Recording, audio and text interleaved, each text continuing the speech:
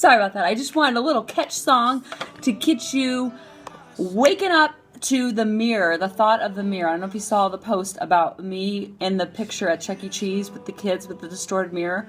I learned this from Dr. Jen, who is my total counselor, mentor, idol, hero. I have learned so much from her. I listen to her on Sirius Radio, on Oprah Radio. If you have Sirius, you must listen to her. You will learn so much.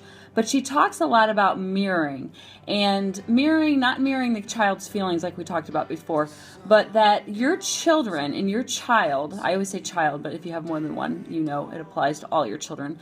Think of yourself when you were a child and how you looked up to your parents.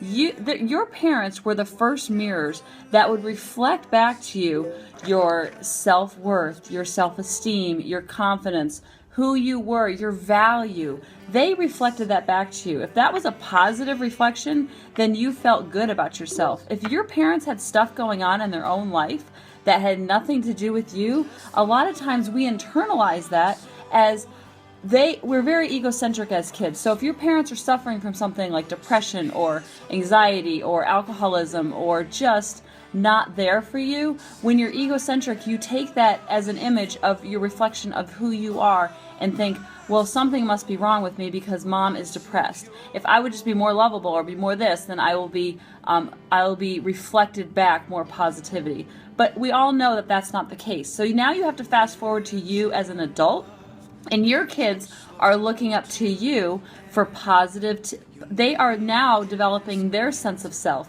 their sense of I, and they are reflecting back from you their feeling of self-worth. So if they're being yelled at, screamed at, always in trouble, their self-worth, self-esteem will suffer because they're going to think, I'm a bad kid, there's something wrong with me. Or if you're suffering from something that has nothing to do, and you're not reflecting, they are constantly watching your happiness mode, your energy that you're giving off to them and to other people. And so I want you to be conscious of that your mirror that you're reflecting back to them is one of positivity, one of love, one of consistency, and one of just security, and because you're building up their self-esteem. And it has nothing to do with what you say, it's how you act and how you guys dance together.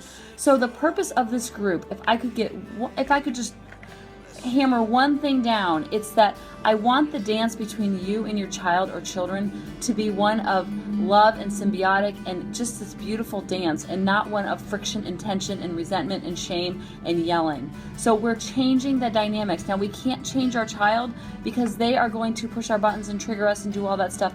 The only thing we can change is how we respond to that, and that is where they will see the reflection coming back to them of love and caring and teaching them how to handle the storms. So please take that to heart. Remember, you are constantly their mirror. They do not have a sense of I yet. They are getting their sense of I from you, from your spouse, from their siblings, the people they interact with. So you can't control all those other variables, but you can control yourself. So focus on that.